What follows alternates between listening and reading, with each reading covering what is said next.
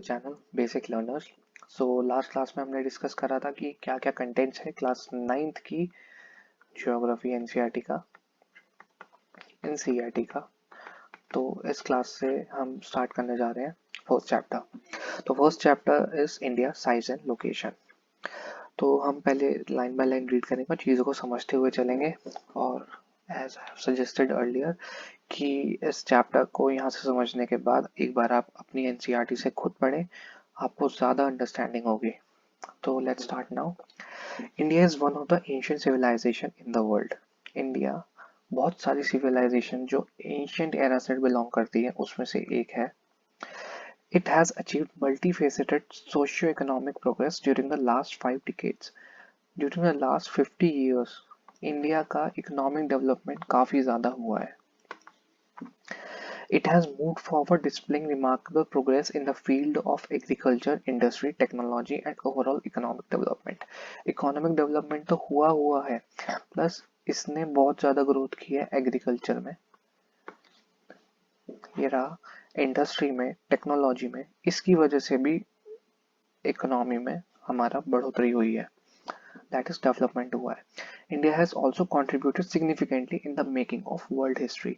India का एक बहुत बड़ा कॉन्ट्रीब्यूशन है वर्ल्ड हिस्ट्री की फॉर्मेशन में। Now its location. India is a vast country lying entirely in the northern hemisphere. The mainland extends between latitudes 8 degree 4 minutes north and 37 degree 6 minutes north. अगर ये India है, ये इसका southern most point है, तो ये हो गया 8 डिग्री 4 मिनट्स नॉर्थ से लेके ऊपर तक कहाँ तक है 37 डिग्री 6 मिनट्स नॉर्थ। ये इसकी लैटिट्यूड्स होती हैं जो कि पैरेलल होती हैं, ये लैटिट्यूड्स होती हैं जो कि लेटी लाइन, ये जो आप मैप में देख रहे हैं, एक ये ये ये सारी लैटिट्यूड्स हैं। लॉन्जिट्यूड्स क्या है अब, ये वाली जो नॉर्थ से साउथ पोल जाती है, ऐसे जाती है, ये जो ये ऊपर से नीचे जा रही है ना, ये हमारी लॉन्जिट्यूड्स है। तो लॉन्जिट्यूडनल एक्सटेंट क्या है 68 degree 7 minutes 68 degree 7 minutes east to 97 degree 25 minutes east. अब ये ईस्ट क्यों है और ये नॉर्थ क्यों है? सबसे पहले आपको हेमिस्फेयर बताता हूँ। अगर ये अर्थ है और ये इक्वेटर दैट इज 0 डिग्री, हम अर्थ को बीच में से भी कट कर देते हैं तो ये 0 डिग्री बन जाता है, ठीक है। तो ये हमारा इक्वेटर है, ज़्यादा डीप में पढ़ने की जरूरत नहीं है, हम ऊपर से पढ़ेंगे अभी जितना आपके सिलेबस में है। तो 0 डिग्री इक्वेटर, तो इसकी जितनी भी पैरेलल लाइंस होंगी ना वो हमारी लैटिट्यूड्स होती हैं। तो जो ऊपर की साइड होंगी वो हमारे नॉर्दर्न हेमिस्फीयर में होगी, जो हमारी नीचे की साइड होंगी वो हमारे सदर्न हेमिस्फीयर में होगी। और यहाँ पे पूरा साफ साफ लिखा हुआ है कि entirely in the northern hemisphere. तो इंडिया जो है वो पूरा का पूरा कहाँ पे है, नॉर्दर्न हेमिस्फीयर में। तो अब जब हम ये जो हमारी 8 डिग्री 4 मिनट्स है और 37 डिग्री 6 मिनट्स ये विद रिस्पेक्ट टू इक्वेटर नापी जाती है। तो इक्वेटर से कितनी दूर हमारा लैटिट्यूड्स है 8 डिग्री 4 मिनट्स, जो सबसे नीचे वाली लैटिट्यूड है, और इंडिया की जो सबसे ऊपर वाली लैटिट्यूड्स है वो कितनी है 37 डिग्री 6 मिनट्स नॉर्थ, नॉर्थ की तरफ जा रहे हैं, ठीक है, with respect to 0 degree equator, equator के रिस्पेक्ट में नापी जाती है ये। ऐसी लॉन्जिट्यूड्स ईस्टर्न साइड में क्यों है? अगर हम इसमें देखें तो ये हमारा 0 डिग्री है, ये हमारा ग्रीनविच मेरिडियन है, ये लॉन्जिट्यूड है 0 डिग्री पे, ठीक है। ये लंदन से पास हो रही है हमारी, तो अब इंडिया जो है वो हमारी ईस्टर्न साइड में, बाकी इधर की कंट्री वेस्टर्न कंट्रीज है यूरोप के लंदन के लिए। तो इसलिए हम जो लॉन्जिट्यूड नापते हैं वो with respect to this 0 degree नापते हैं, लैटिट्यूड जो नापी जाती है वो with respect to this 0 degree नापी जाती है। ये इक्वेटर होता है हमारा और ये हमारी ग्रीनविच मेरिडियन होती है। तो अब इसके ईस्ट में जा रहे हैं तो ईस्टर्न मोस्ट पॉइंट कितना है हमारा 68 डिग्री 7 मिनट्स ईस्ट, और जो हमारा वेस्टर्न मोस्ट पॉइंट था ये इंडिया का, और ये ईस्टर्न मोस्ट पॉइंट था, ये अरुणाचल प्रदेश में है, ये गुजरात में है। ये कितना है 97 डिग्री 25 मिनट्स ईस्ट। ईस्ट क्यों? क्योंकि ईस्टर्न साइड में है। और किससे 97 डिग्री? 0 डिग्री से 97 डिग्री। ठीक है।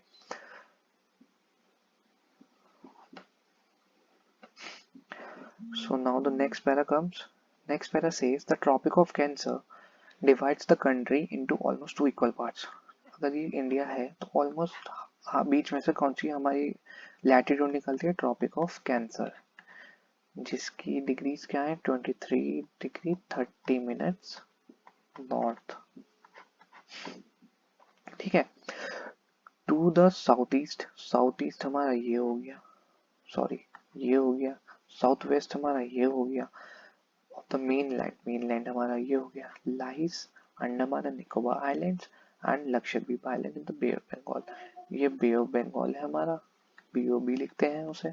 तो इसमें क्या है हमारा? Andaman and Nicobar islands. और ये हमारा वेस्टर्न साइड में आ गया, तो यहाँ पे हमारा अरेबियन सी है, अरेबियन सी है। यहाँ पे क्या है हमारा? Lakshadweep island. Okay, this para says this only. Now this is important, ये आपको याद होना चाहिए। The southernmost point of Indian Union, Indian union की जब बात करते हैं तो इसमें हमारे जो हमने आइलैंड्स पढ़े हैं ना, अंडमान एंड निकोबार और लक्षद्वीप आइलैंड, ये भी इंक्लूड हो जाते हैं। ठीक है। इंडिया मेनलैंड की बात करते हैं तो सिर्फ इंडिया का जो मेनलैंड है, जो बड़ा बड़ा रीजन है, वो उसमें आइलैंड्स इंक्लूड नहीं होते। लेकिन इंडियन यूनियन की बात कर रहे हैं, यूनियन में सब कुछ आ जाता है। It is Indira point, southern most point क्या है इंडियन यूनियन का? It is Indira point, got submerged in the sea in 2004 during the tsunami. Okay, तो ये इंदिरा पॉइंट था कहाँ? इंदिरा पॉइंट यहाँ पे अंडमान और निकोबार आइलैंड थे। तो जो निकोबार का, अंडमान ऊपर वाला रीजन है, निकोबार नीचे वाला रीजन है आइलैंड्स का। तो निकोबार का जो सदर्न मोस्ट पॉइंट था, इसे ग्रेट निकोबार बोला जाता था। जो छोटा आइलैंड है वो ग्रेट निकोबार है, उसका जो सदर्न मोस्ट पॉइंट था उसको इंदिरा पॉइंट बोला गया, जो कि सबमर्ज हो गया 2004 में। ठीक है। अब हम आते हैं साइज के ऊपर, इंडिया के साइज के ऊपर। The landmass of India has an area of 3.28 million square kilometer. 3.28 million square kilometer. Okay. Its total area counts of about 2.4% of the total geographical area of the world. 2.4% of total geographical area of the world. Okay. Figure 1.2, it is clear that India is the 7th largest country of the world. 7th largest country है, इसको आप देख के पता लगा सकते हैं कि इंडिया 7th largest country क्यों है। मैं आपको देख के, इसमें कंट्रीज नहीं दे रखे, कॉन्टिनेंट्स दे रखे हैं, लेकिन इसमें ही कंट्रीज को अगर आप देखेंगे तो इंडिया 7th नंबर पे आती है। मैं बता देता हूँ इनकी क्या ऑर्डरिंग है।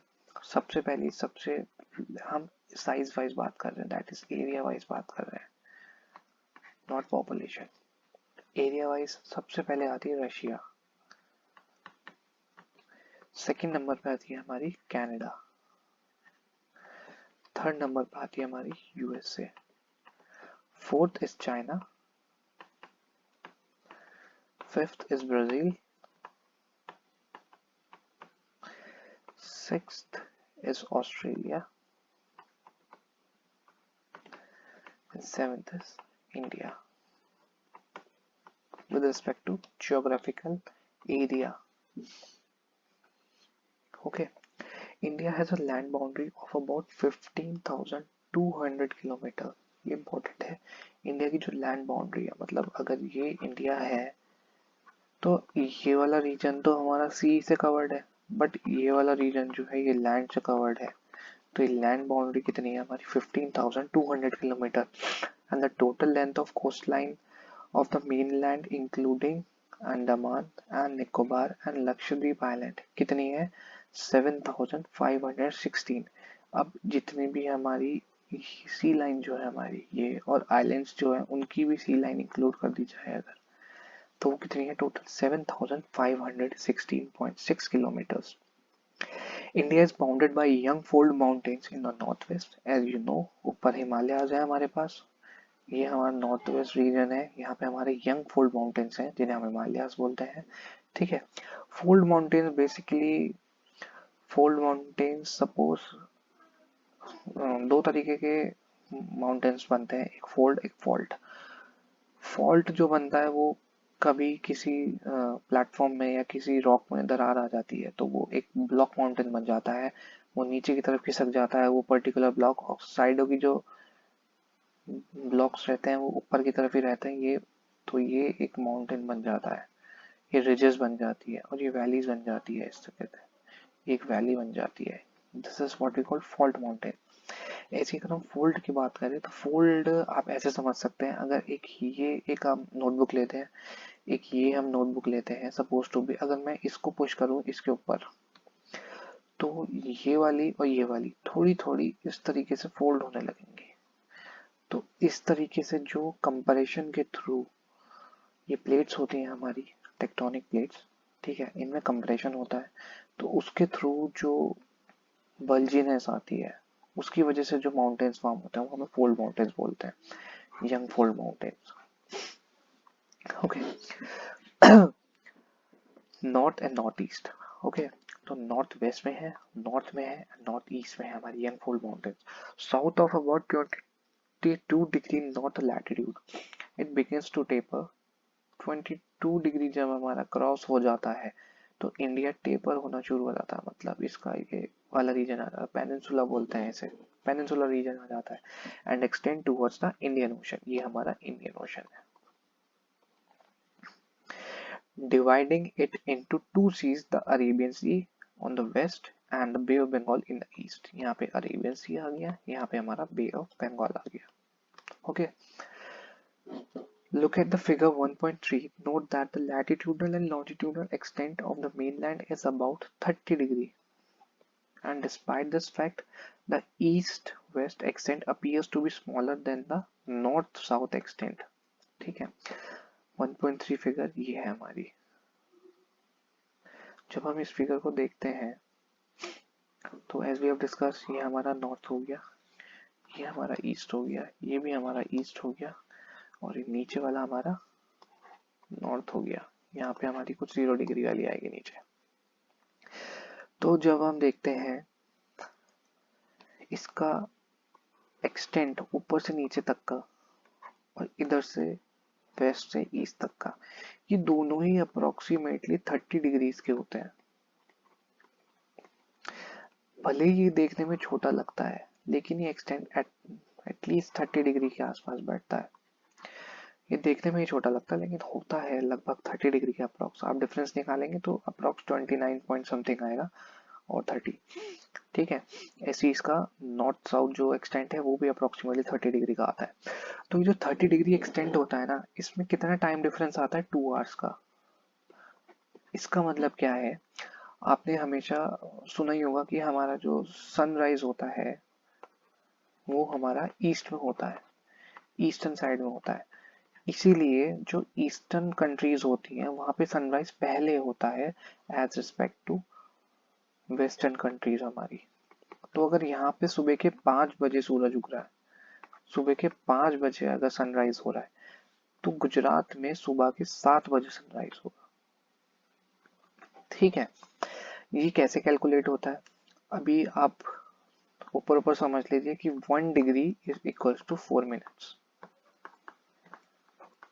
अभी कैसे होता है कैसे नहीं होता ये इसकी आपको अभी जरूरत नहीं है, बट आप ये समझ लीजिए 1 डिग्री कितने बराबर होती है, 4 मिनट्स के। तो हमारी यहाँ से लेके यहाँ तक कितना डिग्री है अप्रोक्सीमेटली, इट इज 30 डिग्री। तो 4 इंटू 30 करेंगे तो कितना आ जाएगा, 120 minutes which is equals to 2 hours. तो 2 आवर्स का गैप होता है हमारा। Okay,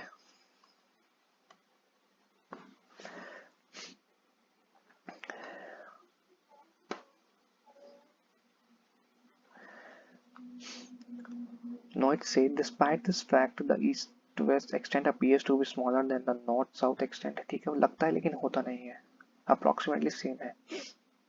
From Gujarat to Arunachal Pradesh, there is a time lag of about 2 hours। अभी मैंने बताया 2 hours का डिफरेंस है अरुणाचल प्रदेश तो गुजरात के बीच में। Hence time along the standard meridian of India 82 degree 30 minutes east passing through Mirzapur in Uttar Pradesh is taken as the standard meridian for the whole country. अब किया क्या है इन्होंने कि अब भाई इस यहाँ पे तो भाई 7 बजे सनराइज हो रहा है, यहाँ पे 5 बजे सनराइज हो रहा है, और टोटल गैप कितना है 2 आवर्स का, 2 आवर्स का।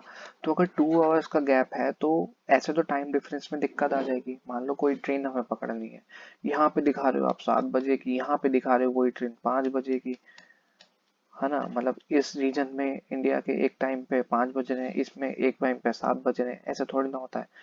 तो इसलिए एक स्टैंडर्ड टाइम निकाला गया, उसे स्टैंडर्ड मेरिडियन निकाली बताई गई, तो वो अप्रोक्सीमेटली इंडिया के मिड में से पास होती है, जो कि होती है हमारी 82 डिग्री 30 मिनट्स ईस्ट। ये लॉन्जिट्यूड होती है, ये हमारी स्टैंडर्ड मेरिडियन है। स्टैंडर्ड मेरिडियन बेसिकली एक स्टैंडर्ड होता है, जैसे कि बहुत सारी चीजें होती हैं, अब उन सारी चीजों को अगर एक साथ लेंगे तो बहुत कंफ्यूजन होती है, तो इसलिए हम एक स्टैंडर्ड फिक्स कर देते हैं कि हाँ यार इस स्टैंडर्ड के रेस्पेक्ट में हमें चीजें देखनी है, ये एक हमारा स्टैंडर्ड फिक्स हो गया। ऐसी अगर 2 आवर्स का टाइम डिफरेंस है तो यहाँ पे कुछ बज रहा है, यहाँ पे कुछ टाइम हो रहा है, यहाँ पे कुछ हो रहा है, यहाँ पे कुछ हो रहा है, तो बहुत कंफ्यूजन हो जाती। तो इसलिए एक स्टैंडर्ड टाइम जोन बनाया गया, उसे क्या गया स्टैंडर्ड मेरिडियन बोला गया। स्टैंडर्ड मेरिडियन के रिस्पेक्ट में बनाया गया क्योंकि वो इंडिया के मिड में से पास होती है, 82 डिग्री 30 मिनट्स ईस्ट वाली लॉन्जिट्यूड है वो। तो अब सारा हिसाब किताब सारा टाइम इसके अकॉर्डिंगली चलता है। बहुत सारी कंट्रीज होती है जिसमें टाइम डिफरेंस बहुत ज़्यादा होता है, जिनकी जो लॉन्जिट्यूडनल एक्सटेंट होता है वो बहुत ज़्यादा होता है, किसी में 4 आवर्स आ जाता है, किसी में 6 आवर्स आ जाता है। तो उसमें टाइम डिफरेंस भी, टाइम जोन्स अलग अलग हो जाते हैं, उसमें 2-2 आवर के जोन्स बना देते हैं। 2 आवर में यहाँ पे एक जोन चल, फिर उससे आगे दूसरा जोन बनेगा 2 आवर्स के लिए, ऐसे जोन्स बना दो। कंट्री टू कंट्री डिपेंड करता है कि वो कौन सी कंट्री अपने टाइम जोन्स किस तरीके से बनाना चाहती है, ठीक है। So here it comes passing through Mirzapur Uttar Pradesh, ठीक है। आपके लिए एक होमवर्क है कि आप tropic of cancer and standard meridian कौन कौन से स्टेट्स से होके जाती है,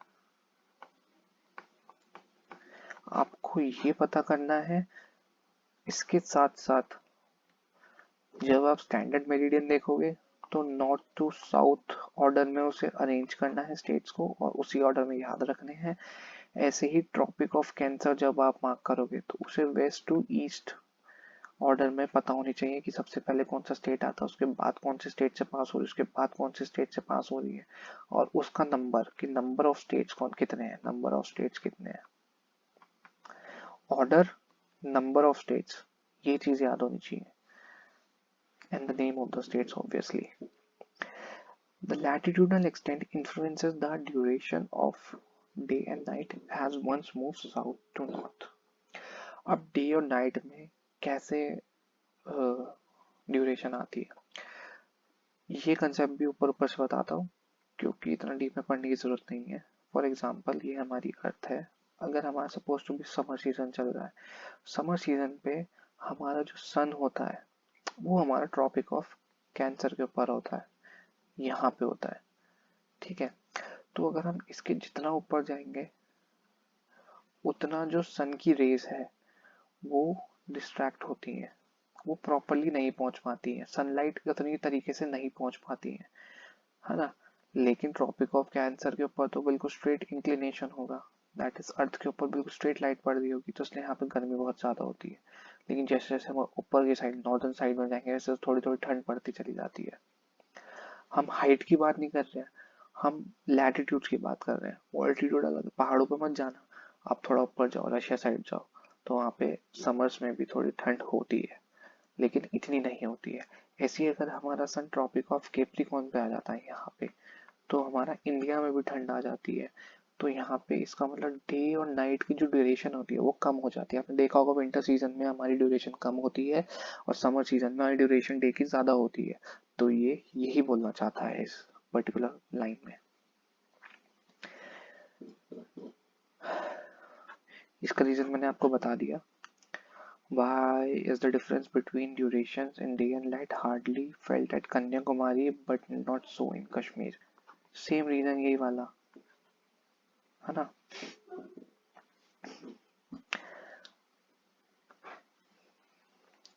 now India and the world.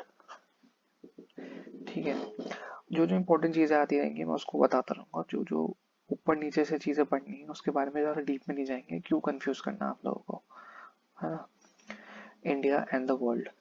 तो आप इस पैराग्राफ में क्या बोलते हैं?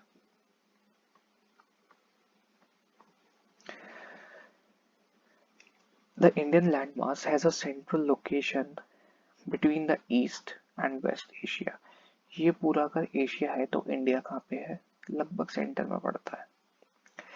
India is the southward extension of Asian continent. Southward extension है, सबसे ज्यादा साउथ में है. The Trans-Indian Ocean routes which connects the European countries to Europe in the west and the countries to Eastern Europe, Eastern Asia.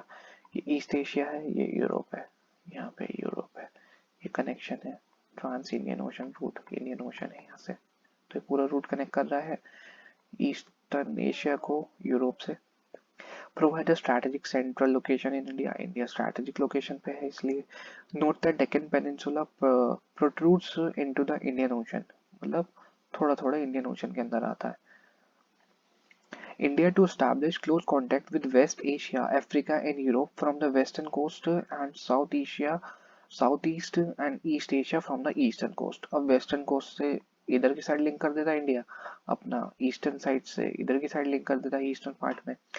No other country has a long coastline on Indian Ocean as India has, and indeed it is India's eminent position in the Indian Ocean which justifies the naming of an ocean after it. Indian Ocean का नाम ही Indian Ocean क्यों पड़ा? Justify करता है ना. अब सबसे बड़ी कोस्ट लाइन है इंडियन ओशन में, इंडिया की ही, और किसी कंट्री की इतनी बड़ी कोस्ट लाइन है ही नहीं. ऊपर से ये वेस्ट को कनेक्ट कर रहा है, ईस्ट को कनेक्ट कर रहा है, अपना स्ट्रैटेजिक लोकेशन है उसकी, तो इस वजह से पूरे ओशन का नाम है इंडियन ओशन, इंडिया कंट्री के ऊपर. Since the opening of the Swiss canal in 1869, India's distance from Europe has been reduced by 7,000 kilometre. पहले क्या होता था? पहले यहाँ पे हमारी स्विस कैनाल है. पहले क्या होता था? यूरोपियंस जो होते थे वो पूरा ये केप ऑफ गुड होप है, यहाँ से ट्रैवल करके इंडिया आते थे.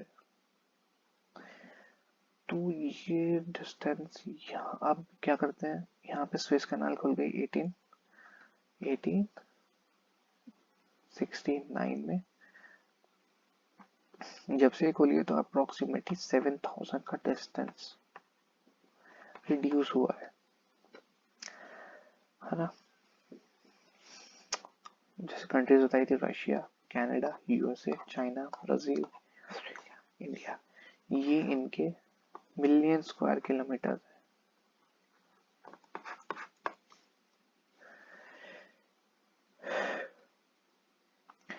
ये मैप हम देख चुके हैं. अगर हम किलोमीटर्स की बात करें तो नॉर्थ से साउथ तक की कितना डिस्टेंस है? 3214 किलोमीटर, और वेस्ट से ईस्ट का 2933 किलोमीटर. अप्रोक्सीमेटली सेम ही है, 200 to 300 का डिफरेंस है किलोमीटर्स में. India's contact with the world have continued through ages, but their relationship through the land routes are much older than the maritime contacts. India का जो maritime contact है, that is our sea routes, ये जितने भी sea routes हैं ये वाले, ये तो अभी बने हैं. लेकिन जो land contact है हमारा, land से जो हमारे trades होते थे, वो बहुत ज़्यादा पुराना है. The various passes across the mountains in the north have provided passages to the ancient travelers. जितने भी एशियन ट्रैवलर्स हमारी कंट्री में आए हैं वो कहाँ से आए हैं? माउंटेन पासेस से. माउंटेन जो है हमारे नॉर्थन हिमालयास, उसमें पासेस बने रहते हैं, जो एक पैसेज होता है, वहां से ट्रैवलर्स आए हैं. तो इसलिए हमारे जो लैंड रूट्स हैं वो एंशियंट टाइम से चले हुए आ रहे हैं. While the ocean restricts such interaction for a long time, लेकिन जो ओशियनिक रूट्स हैं वो बहुत ज़्यादा बाद में आए हमारे पास, क्योंकि डिस्कवरी बाद में हुई चीज़ों की. These routes have contributed in the exchange of ideas, and commodities since ancient times. जो लैंड रूट्स थे हमारे, उनकी वजह से एंशियंट टाइम से ही हमारी आइडियाज और कमोडिटीज एक्सचेंज होती जा रही, जैसे ideas of Upanishad, Ramayana, the stories of Panchatantra, the Indian numeral system, decimal system, this could reach many parts of the world. इन्हीं रास्तों की वजह से ट्रैवलर्स गए, उन्होंने आइडिया स्टोरी बताई अपनी दूसरी कंट्रीज में जाके, तो ऐसे चीजें कंट्रीब्यूट हुई, एक्सचेंज हुई। The spices, muslin and other merchandise were taken from India to different countries. ऐसी ट्रेड हुआ हमारा. On the other hand, the influence of Greek sculpture and the architectural styles of dome and minarets from West Asia can be seen in different parts of the country. ऐसी डोम system जितनी भी हमारी मस्जिद, दरगाह वगैरह आती हैं, मीनारें होती हैं, वो वेस्ट एशिया से हमारे पास आई हैं, सऊदी अरेबिया, अरेबियन कंट्रीज से, है ना. अब आता है India's neighbour. India occupies an important strategic position in south Asia. South Asia में बहुत स्ट्रैटेजिक इम्पोर्टेंट पोजीशन है इंडिया की. India has 28 states and 8 union territories. ठीक है. अभी हाल ही में 2019-20 में हमारी टेरिटरीज चेंज हुई हैं, आप उसको देखें ज़रूर. JNK प्लस लद्दाख आई हैं, दमन दीव नागर हवेली को कंबाइन कर दिया गया है as a one territory. Okay. So India shares its land boundaries with Pakistan, Afghanistan in the northwest, China, Tibet, Nepal, Bhutan in the north, Myanmar, Bangladesh in the east. और सबसे ज्यादा boundary share किस country के साथ करती है India? It is Bangladesh. आपने देखा होगा ये इंडिया है, बांग्लादेश अप्रोक्सीमेटली यहाँ से यहाँ तक, तो एक ये वाला रीजन शेयर करता है, एक ऊपर वाला रीजन करता है. इंडिया यूं है, एक ये वाला रीजन करता है. तो इसलिए इंडिया की सबसे ज्यादा बाउंड्री किसके साथ शेयर होती है? बांग्लादेश के साथ. Our southern neighbors across the sea consistently two main island countries, that is Sri Lanka, और यहाँ पे हमारी मालदीव्स है. ठीक है. And Maldives. Sri Lanka is separated from India by a narrow channel of sea formed by Park Strait and Gulf of Mannar. ये जो reason है, यहाँ पे एक हमारा पार्क स्ट्रेट है, एक गल्फ ऑफ मन्नार है. गल्फ और स्ट्रेट में दो डिफरेंसेस होते हैं. स्ट्रेट एक पैसेज सा बना देता है, ये एक स्ट्रेट होता है जिसमें से नैरो पैसेज होता है एक तरीके का. गल्फ जो होता है वो एक ऐसा रीजन होता है जिसमें ओशन से जो एक साइड से कनेक्टेड होता है, इसमें पानी आ सकता है लेकिन पास नहीं हो सकता. यहाँ पे हमारा लैंड होता है. ये दोनों में डिफरेंस होता है. While Maldives Islands are situated in the south of the Lakshadweep Island. यहाँ पे लक्षद्वीप है, ये हमारा मालदीव आ गया. India has had strong geographical and historical links with her neighbors. Look at a physical map of Asia in your atlas and note how India stands apart from rest of Asia. Okay.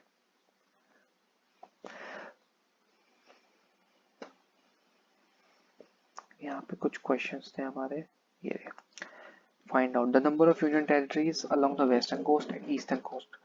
ये आप find out करना. चलो मैं बता देता हूँ. Western coast पे it is 2, that is हमारी Daman Diu Nagar Haveli, Daman Diu Nagar Haveli and Lakshadweep island. Eastern coast पे Pondicherry and Andaman and Nicobar island. Okay. Area wise which is the smallest and which is the largest state? Smallest state कौन सा है और लार्जेस्ट स्टेट कौन सा है?